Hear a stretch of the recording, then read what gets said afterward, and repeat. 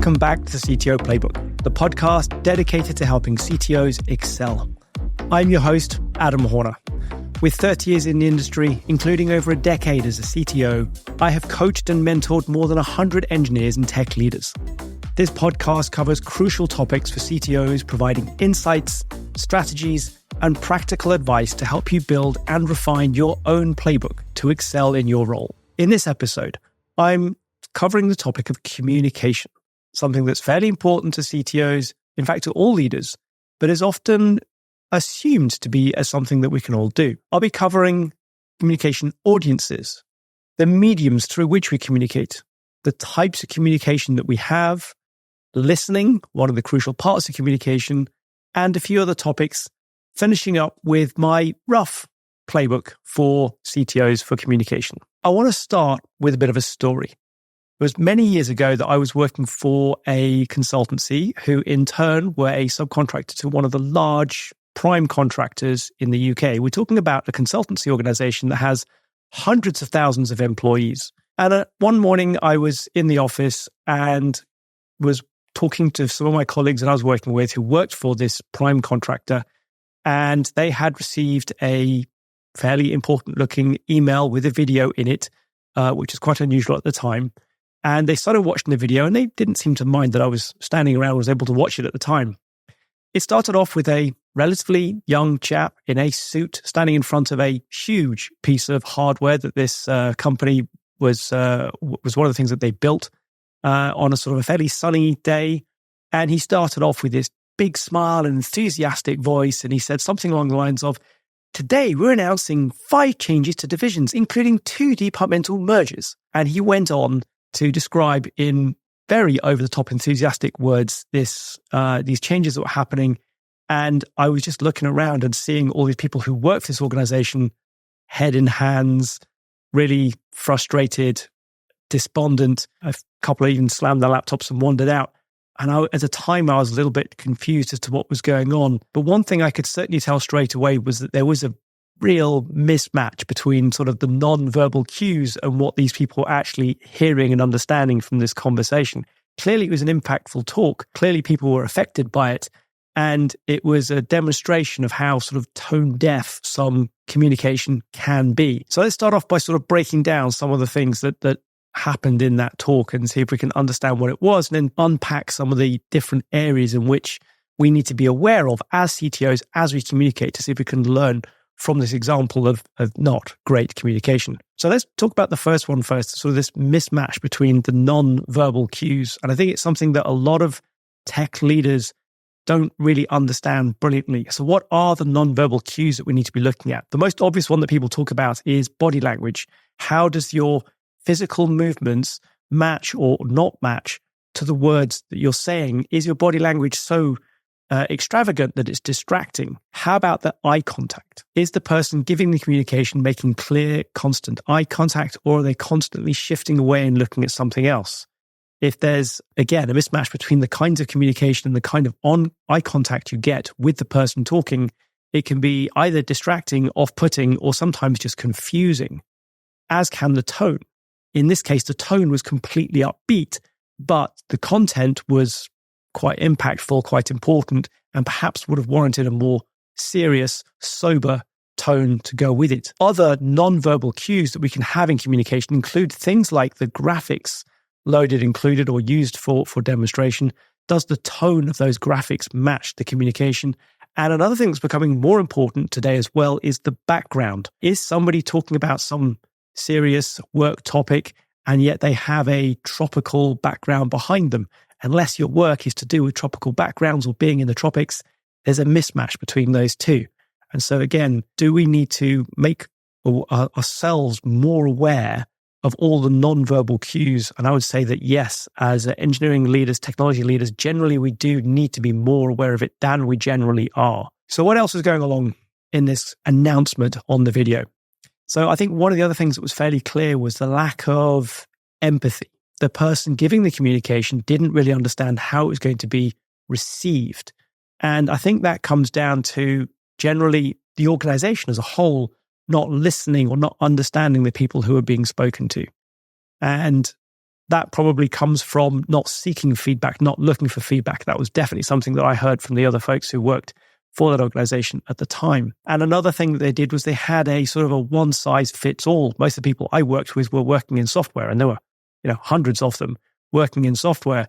And yet this guy was stood in front of some great big piece of hardware. And so the mismatch was between what the guy is talking about and expecting that it would be relevant to all people who worked with the big hardware stuff. So let's dive into some of these particular topics then. So let's look at the audiences that we have first. So what are the different kinds of audience that we have as a technology leader in general that we're talking to?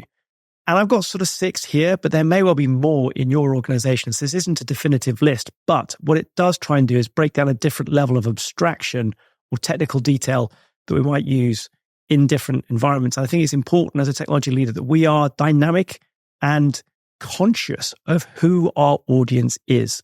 So probably the most abstract and the most business level is probably the board. When we're communicating with the board, we need to be clear from the point of view of the strategy, the topic, and the outcomes that are expected, and probably fairly low on the detail and on the implementation. Whereas next level down, our executive team or senior leadership team, whatever they're called, it's essentially the C-suite. There you will be talking about some operational aspects, but again, not technical, but on the business level, on the outcome level, on the financial orientation generally. And so if we go into too much technical detail in front of the executive team, most of the rest of the execs in an average organization are not technical. There are exceptions, of course. If you're working in a technical organization and the CEO is an ex-CTO, then sure, you can go into technical details. But for most executive teams, being too technical in that team is either going to leave them, without an understanding of what you're talking about in the worst case, or without the empathy because you're not speaking in terms that they understand. Next level down tends to be the engineering leaders. So if you think of the exec team as our first team, the board as the team that we're reporting to, then the engineering leaders is the layer that typically are reporting to you as the CTO. And engineering leaders, clearly there you can be more technical in your communication. But I think the key thing with at this level is to drive the outcome rather than the method. And I think as you step up from being an engineering leader yourself to being the CTO, that's one of those things that we need to leave behind, is to leave behind the how and focus more on the what. Now, that's different when we're speaking to individual engineers, when we're either mentoring them, coaching them, talking through challenges, when we're in the trenches, firefighting with engineers, then clearly we can get into the how. We can be trying to help solve problems and be direct.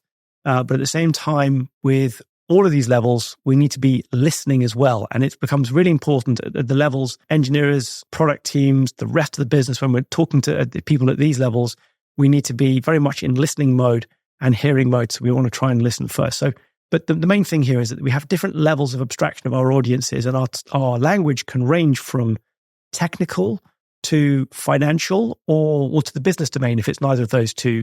And so being able to change our tone, our language, our focus based on the audience that we have, that's a fairly important skill to develop, and it just takes practice. In terms of knowing how well we're doing, searching for feedback is a fairly key way of doing that. So let's talk about listening then. And we end up with listening coming from various different ways and various different methods. We don't tend to get very good at listening as an engineer. We're learning, but when we tend to learn as an engineer, we tend to learn from the internet, from other people's code, from pull requests and comments on those kinds of things. Actively seeking feedback as an engineer is not a skill that we develop particularly well.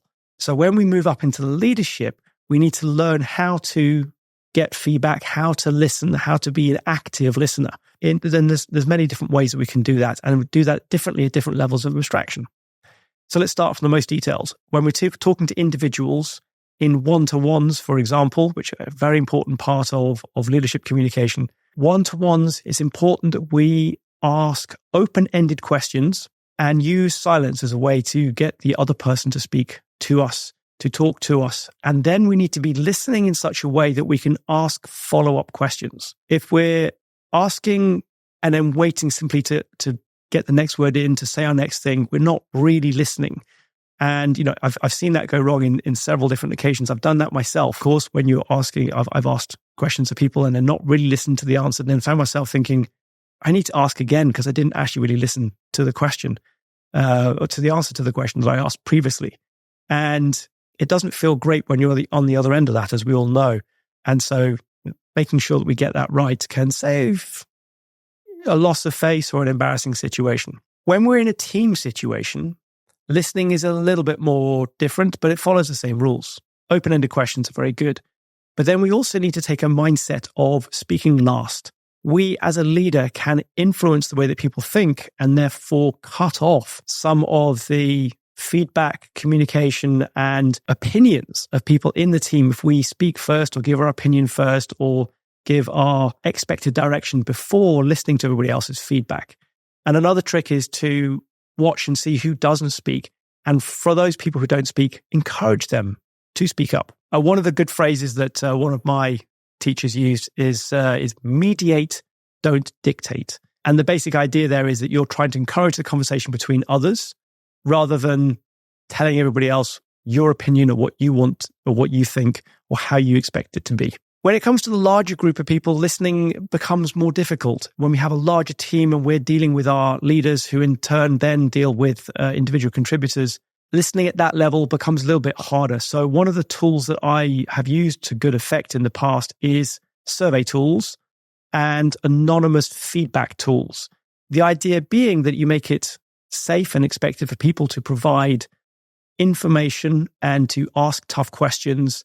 And in some cases, ask those questions in an anonymous way, giving people the opportunity to speak up even when maybe they wouldn't do if they didn't expect to be covered by an anonymity. So there's a few tools that are available out there to do that. A lot of people have mentioned to me Culture Amp. There's a local Swedish team called Winning Temp, which does something similar. There are other tools out there, but essentially being able to get the temperature of the organization in terms of how they're feeling and thinking in certain metrics, using those regularly, using the feedback and training your team leaders to use the same thing is important. And most of those tools have an anonymous feedback section in there. So listening at all those different levels is hard, but it's something you can practice and something you learn how to do by doing it and understanding that listening is different at different levels in terms of the different sizes of the group that you're speaking to. So another example of communication that I had slightly later on in my career that was one of those ones that was instructive for me was when I was sitting alongside another team. I was in an adjacent team to this. And the tech leader for that team made a presentation. It was quite a large team, about 15 people in all, so bigger than you'd expect it to be. But he was a relatively new joiner to the organization. And I remember him basically standing up, pulling up a slide and saying, right, team, I need you to do A, step 1, step 2, step 3, then B, I need us to achieve step 4, step 5, and step 6. And then that will lead to this. I remember him just basically standing up and dictating his whole load of steps he expected everybody else to just go and do. And I remember people sitting in the room just being a little bit, uncomfortable, nonplussed by this. And I sort of was confused about it myself. I was like, well, why is this person expecting everybody to just do what he says, number one? And number two, how does he think that's actually going to lead to people being able to use their own creativity, problem solving, and does this person actually understand all the issues and challenges there are to be faced? And I wasn't certain. And one of the things I realized later on was that this leader, a new leader, was expecting himself to be the best technically. And he was being very, very directive, clearly. But he was also bringing in expectations from his previous organization. He was bringing in basically the culture of the organization, expecting it to land cleanly and easily when he'd changed jobs, changed organizations, in fact, changed industries as well, and it didn't. So what are sort of the areas then that we can think about in terms of how that went wrong and how we could perhaps do that better at another time? And I think one of the most important things was using the right meeting for the right thing. So if you have a certain outcome or desire from any kind of communication, figuring out what that is, and then setting up your communication to get that output in the best possible way is clearly going to be a good way to do it. But that takes some thought and some preparation before communication to try and get that right. So one of the things a lot of us use communications for, especially meetings for, is some sort of status update. If we get a status update, whether that's a stand-up, whether it is a retrospective, whether it is an all hands, delivering status or soliciting status is something that is often inefficient in the way that it's done. And what I generally suggest to most people I work with is to think about status as being as much as possible asynchronous when you're gathering it, but when you're delivering important status, to broadcast it effectively. Now, broadcasting could be something like gathering everybody together in all hands and saying the same news to the same people at the same time to ensure that there's no miscommunication, to be able to get feedback directly in that session and go from there. In other cases where it's just a simple, straightforward, everybody needs to know this, and I'm not, the feedback isn't that important, broadcast may be quite literally broadcast, so recording a video, and then allowing everybody to watch it in their own time and then providing feedback method in another way. Status updates in a team level, and that includes a lot of the sort of Scrum ceremonies, I find are not as efficient as they could be if you think about using systemic communication as well. And I'll come on to systemic communication in a moment, but that basically means using systems to communicate. It's also very inefficient to use one-to-ones for status updates on work. There are much more efficient and quicker ways to get that feedback, normally asynchronously, so via an asynchronous chat platform or via a system, a workflow system, to get that status rather than using FaceTime, conversation time, one-to-one to do that. When it comes to other goals of meetings, so like, for example, that you want to communicate a done decision or a done change, the most important thing from my perspective is to think about who the audience is. If we go back to this big change that we had, I was talking about at the beginning from the prime contractor, they'd got the audience mostly right because it went out to the whole of the division. But maybe if they tuned the particular parts of the decision to the right audience, smaller audiences, it might have landed better than it did. So choosing the audience for the scope of the change or the decision that you're communicating is important. If you go too narrow, you'll need to repeat it too many times. If you go too wide, it may not be relevant, or aspects of the communication might not land brilliantly with everybody in there. And there's often a trade-off in this decision. It's rarely an easy cut and dried, especially in larger organizations, as to how you do that. Now, the other kind of meeting and communication we often have is to get an agreement, to get to a decision. And a lot of the time I see meetings where people go in and the very first thing that happens is a discussion of the challenge and the problem itself. And sometimes that's very one-sided, where there's one person talking through the challenge that some people know about and some people don't. And that time is best taken up by people reading up on their own beforehand. Now, when you're a small team and you're all working on the same things, the amount of context delivery time needed can be very small because you're all fully aware of all the context. For larger teams, larger organizations, that can often be best done by pre-reading and reading about the challenge beforehand, on which the decision is needed to be made. And for that, having a really good agenda. I worked in one organization where people would literally decline meetings, unless the meeting had an agenda. And it really forced people to think about what pre-reading was required, what context was required, and for the meeting to really focus around the decision itself rather than the delivery of the background information or bring people up to date on the context that was needed for it. So if you can focus meetings around getting to an agreement or getting to a decision on the decision itself and the debate on the pros and cons, weighting the different aspects of it, rather than just filling people in on context, a lot of time can be saved and the meeting itself becomes much higher value. And people appreciate that. People really appreciate it when they have a good setup to a meeting. So I spoke very briefly there about systemic communication. So let me go through all the different kind of mediums that I see for communication. A medium here is just the way in which we communicate, the mechanism that we use to communicate. And the first few are fairly obvious and straightforward, and a lot of people stop at the end of this list. And those are in-person presentations, so some normally slides or somebody on stage talking. Then we have chat, whether that's chat apps like Slack and Teams, etc. We have email, it speaks for itself. It's one of the oldest digital communication mechanisms there are. And then documentation. And that could be, Microsoft Word, Google Docs, Confluence, Notion, all these different platforms for generating documentation or writing documentation. And most people kind of stop there in terms of thinking about the different mediums for communication. In-person conversations, of course, there's a wide range from one-to-ones all the way through to group conversations, all the way through to teams having lunch together. In-person conversations are as wide and as broad as anything, and I'm not going to go into any detail on that at all. But I do want to cover some of the other mediums of communication that are often overlooked, but can be really important, especially in engineering. So some of the key ones that I think of are workflow communication. So that could be Jira, it could be linear, it could be pull requests and GitHub issues.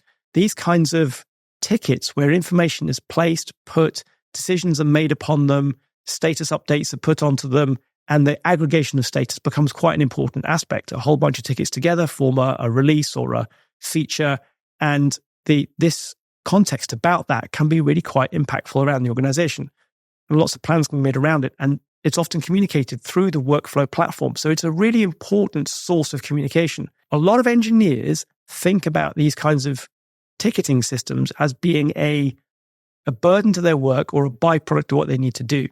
However, the output of those workflow systems is crucial for planning, for status updates, often for things as important as budgets, release timelines, planning marketing, sometimes which has quite a big spend behind it. And so systemic communication through workflow tools is often overlooked, but really, really important. And the same goes for management type of workflow tools as well. So that could be to-do systems and project management systems like Asana and Monday and other project management platforms often used outside of engineering, but for non-engineering projects. And quite often I find organizations that have this debate between, do we use a project management system? Do we use an engineering workflow system? How do we combine them together? Do we integrate them, etc.? And again, that's an area where friction can come into communication between the different platforms, between the different styles of system level communication, or as I call it, systemic communication. Now, there are a few other forms of systemic communication that are important in engineering as well. There is the code itself. And we don't often think of code as being communication because it creates the product. But we spend a lot of our time as engineers reading code. Well, if we're reading it, we're reading communication. So the code itself is a language, is a way of communicating intent, purpose, outcome, expectation. And so therefore, having clear code and clear structure is an important part of the communication. And the way that puts together coding guidelines, etc., really quite important as far as communication for the CTO goes and overseeing it and how well it's run. And that covers all sorts of things like PRs, comments on PRs and pull requests, PRs or pull requests, comments on those, feedback upon those, decisions based upon them. And it also covers things like request for comments or architectural decision records, which often put in the code base, but are written as legible documents. So these kinds of communication are also critically important. So then we have a few others as well. So the visual medium of communication, which is another important one, especially for people like the design teams, anybody who's building UI, anybody who's creating video, whether it's part of the product or whether it's something you use internally as part of your business. And then there's the visual aspects of things like slides, diagrams, designs. We often talk about there being a visual language of an organization. Well, clearly, if it's language, it's communication. The tone of visual graphics should match the tone of written and spoken word as well.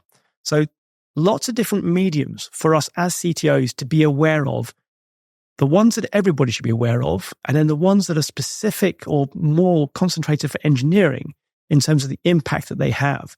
And sometimes we can see there's quite a disparity between the tone and style of communication between the communication mediums that the rest of the organization uses and adopts, chat, Slack, email, documentation, presentations, and then the systemic communication engineering uses, Jira, Git, or code base, PRs, comments, our logs, audits, traces, and of course the visual and UI stuff. So if we can make sure that those don't end up too far out of sync, we'll end up with a common communication style, culture that is pervasive across the organization rather than it being us and them. So we've covered audiences, we've covered communication mediums, we've covered listening, I want to quickly go on to the different communication types then. And by types, I mean basically what is the mechanism we're using for talking. And some cases, we will be literally needing to talk to everybody, a broadcast. And that could be an all hands. It could be a department-wide organization that you need to talk to all at the same time. So broadcast communication has a particular style. There's very little in terms of interactivity in that it's one way. Almost all of the other forms of communication we have are two-way. We talked about systemic communication. We briefly touched on one-to-ones, how we run one-to-ones. But there's a couple of others that I think are worth touching on as well as CTOs. So there's team meetings where we're either trying to reach an agreement decision or trying to communicate a decision. And then there are routine meetings. Routines are often things like stand-ups, retrospectives, weekly planning or sprint planning meetings. And routine meetings are something where they have great value to a number of the people who are in those meetings. But as a senior leader, you have to question whether you need to be in every single one of those. And if you are in them, how involved are you in those meetings? If you're too involved in those meetings or very involved in those meetings, then clearly you need to be there. And clearly that's something you can have a look at in terms of the priorities that you have in terms of your time during the week. But then also, if you can get to the point where you can delegate some of that communication, especially where you are a CTO with a set of leaders who report to you rather than individual contributors reporting to you, then being able to delegate those routine meetings to other people might help you with your time management, but it does give you a challenge then in terms of the communication and tone is now at 1 degree of separation from you. So people often talk about using skip level meetings, skip level one-to-ones, where you, rather than just the people who report directly to you, it's the people who report to them that you catch up with and talk to on a routine basis, probably not as frequently as the people who report directly to you, but enough so you can keep your finger on the pulse around the organization.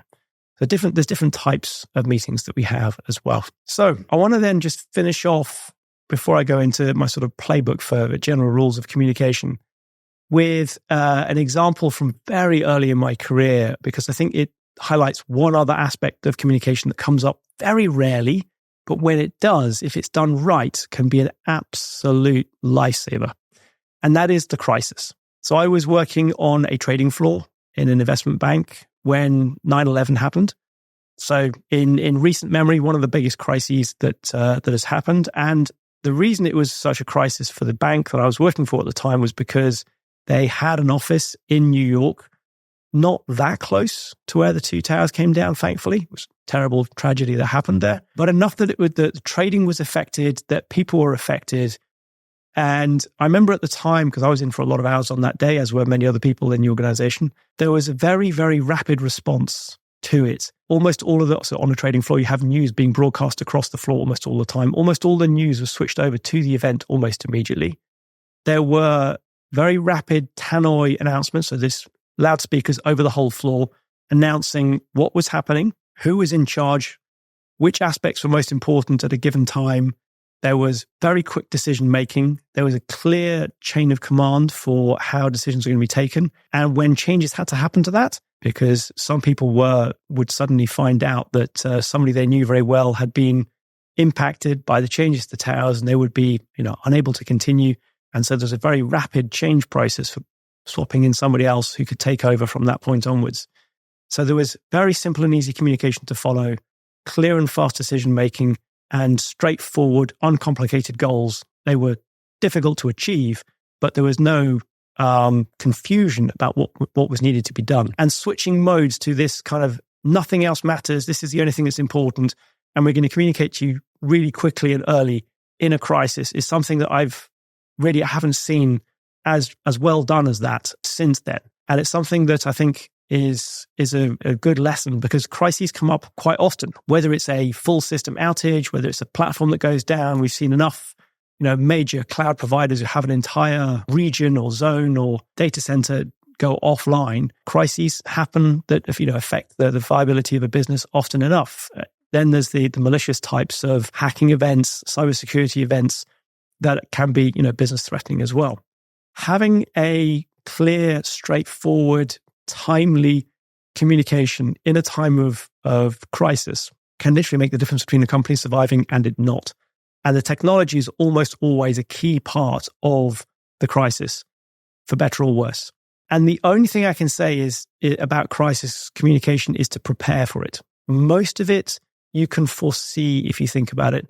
And if you just think about the worst case scenario, what would happen, you can prepare for what you would do. And often, any organization that has to go through any kind of security accreditation or compliance certification will have gone through some sort of business continuity planning. And that process is essentially the basis of crisis communication.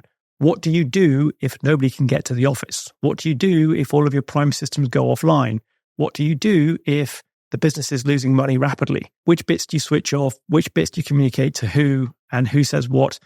And what do you say to the press, which is another key part that often hopefully doesn't fall on the CTO, but in a small organization, it might do. So preparation for crisis communication is one of the best things that you can do for that, such that when the worst happens, because it's often not if, it's when, you have something to fall back on and some principles to follow as that happens. So let's wrap up all that I've talked about today, then see if we can come up with a slightly better version of that, the prime contractor announcement that I mentioned at the beginning. So in fact, let's do that first before I go into the playbook. So if we look at the prime contractor announcement, it sort of started off with, today we're announcing 5 changes to divisions, including 2 departmental mergers. If we were to try and fix that and change it so that A, we made it fairly clear up front that we have an agenda that we're going to be talking through, that we have listened to our people, we change the body language and the tonal delivery of it to represent some empathy with the people who are hearing this, to repeat the strategy. It's really important to understand why the context of things going on is to repeat the strategy, to be clear, honest, and transparent about what's happening. So then the conversation, so the announcement might go something more like this. We need to make changes to succeed. We've listened and we want to improve. So in line with our primary mission, there are 5 changes in total, and some will mean job losses. There's about 100 roles are expected to go, leaving us just over 2,000 strong. For more information and to find out how you are affected, there'll be follow-on meetings in your department. Please talk to your team leader to find out when they are. Here are the changes that are happening, etc. So there, the change to it is adding a lot more context at the beginning, a bit more empathy, some clarity, some honesty, which I think goes a long way, and then some transparency about what the impacts are immediately, along with how to find out more information. And I think that would probably have made that announcement, if not more palatable, then certainly more engaging and less distressing for the people who had received it. So for CTOs then, for technology leaders in general, what do I have as my sort of basic set of recommendations for communication? I think one of the general rules that for almost all leadership are to repeat the strategy, the vision, the mission, whichever of those 3 that you have, at pretty much every opportunity you have. You should get bored of repeating that. And if you get bored of repeating that, then you're probably just about beginning to be heard by the people who are hearing it. There's a statistic that we need to hear something 8 times before we really take it in. And so if we think about repeating our strategy to every person in an organization 8 times, however they might hear it, that's probably a lot of times to repeat it. And certainly a lot more than 8. Another general approach to take is to try and build communication into storytelling. And that takes practice. That takes a lot of practice. And I think I've struggled with this times as well.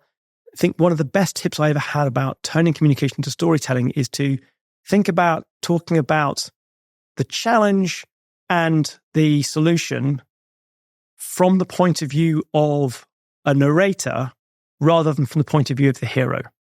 So if you think, so one person said it to me this way, right? If you're trying to think about Batman versus the Joker, you don't want to be telling everything from the Joker's position of, haha, everything's going wrong. You don't want to be telling everything from the Batman's position. I'm going to save the day. You want to be telling it from Alfred's perspective, where he's advising the hero how to do things. He's stating the facts, not under-representing the challenge, but then also encouraging the hero that he can do it with these tools at his disposal, etc.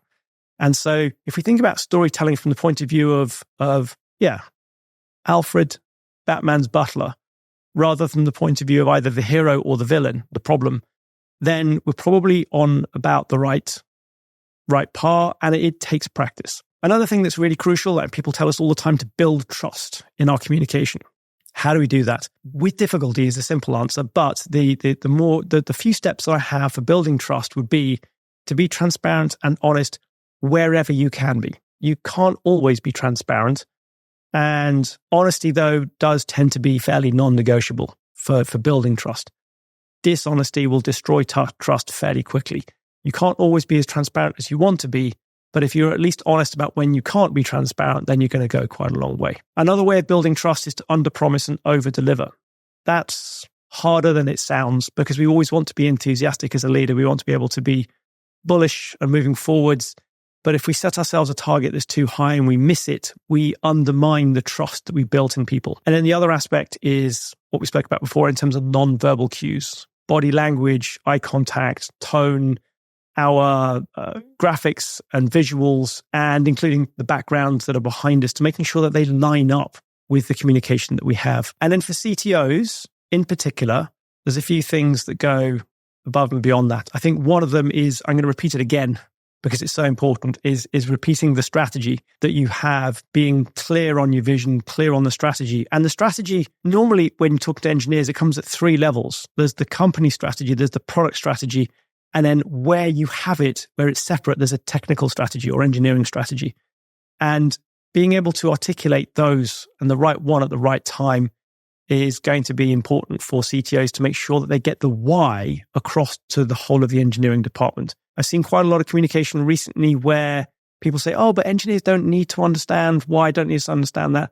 What it does, though, it makes the decisions, and engineers make thousands of decisions every day, have a greater context, and it makes it easier for them to understand the reliability of the decisions that they're making. Another key thing for CTOs, I would say, is being aware of the audience that you're speaking to. CTOs especially jump from really high levels of abstraction, whether it's the board or the executive team, down to really detailed problems and solutions to challenges, and they span a huge range of abstractions. So being able to understand who your current audience is and step your communication up to the right level of abstraction, it's a practiced art, but one that's well worth spending time on. As well as the abstraction level, there is also the domain aspect as well. As engineers, as CTOs, we find ourselves crossing domains quite significantly, from our engineering and technical domain through to the product domain. Normally those two are different.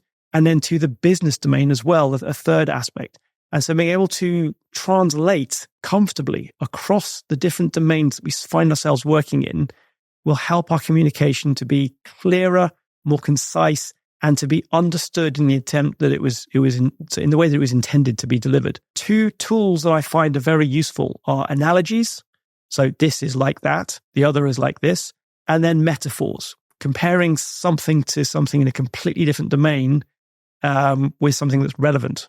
So one of the things I often compare it to is building a car. Building an engineering product outcome is often like building a car. So we use metaphors to describe challenges that we're facing. I think the other thing that goes a long way then as well with CTOs to engineers, especially when we're speaking, down into the engineering organization, is to explain what has been learned or what has been understood. Because we'll often end up learning things as individuals or as small teams about either our customer domain, our problems that we're facing, the organization that we're working in, and we need to make that more widely understood. And so explaining what has been recently learned and what's been recently understood and what decisions have been taken based on that gives a good context and ground level to any other communication that we have. It's also something that if you do well and you can explain what's been learned or understood from the engineers to the leadership team, to the business, or across to the other domains, can help people make better decisions in their work. And then last but not least, especially for people who are coming up to CTO role or to engineering leadership relatively rapidly, as we are, individual contributors or architects, we tend to be in the mode of coming up with the method. We come up with the how that we're going to do things. When we get to leadership, it's much more important for other people to figure out the how. That's why we have architects and engineers. It's much more important for us to state what is the outcome? What's the goal? What is it that we want to achieve? And leave everybody else to to do the method, to do the how. So state the goal, don't dictate the method. And it sounds really obvious to seasoned leaders, but it really isn't obvious to people who are stepping up to the CTO role, stepping up to leadership. So there you go. That's my rough playbook then for communication. Repeat the vision, the strategy, the mission as often as you possibly can. Use storytelling, but be the butler, not the hero. Build trust. Make sure you're aware and adaptive to who your audience are at any given time. Translate across the different domains using analogies and metaphors wherever you can. Be prepared for crisis so that you can communicate clearly and timely when a crisis hits. Explain what you've learned or understood from the rest of the organization. State the goal, don't dictate the method. Thanks so much for listening to this episode of the CTO Playbook. Please go along to the website, join up for the community, and get access to even more resources. Until next time, keep leading with impact. Thank you very much for listening all the way through to the end. Just before you go, I'd like to ask you for one thing in return for putting together all these episodes of the CTO Playbook podcast for you. Please leave a review. Wherever you're listening, whether that is Apple Podcasts or Spotify or whichever platform you're on, leaving a quick review will help more CTOs find the podcast and enable me to create more great episodes. Thank you for listening, and I'll see you on the next episode of the CTO Playbook.